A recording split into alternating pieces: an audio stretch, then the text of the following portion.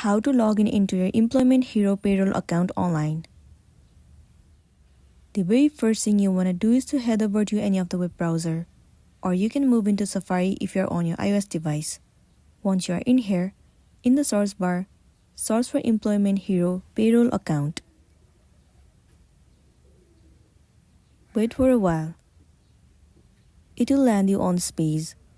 In here, what you want to do is head over to the very first site, Employment Hero. Wait for a while for it to load. It will land you on the official page of Employment Hero. Now, what you want to do is tap on this three horizontal line at the top right corner of the screen. And then at the bottom, click on Login. You have to tap on Payroll Login. It will land you on this page. Now what you want to do is simply enter your email address of your account and then enter the password that you have created before. Well, if you have forgotten your password, then you can click on Forgot My Password and then recover it. So once you have entered your login credential, you have to click on Login, and then you will be successfully logged into your specific account and you'll be good to go.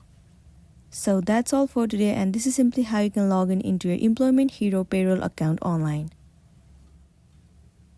Make sure to smash the like button and consider subscribing if you found this video helpful. We'll see you in the next one.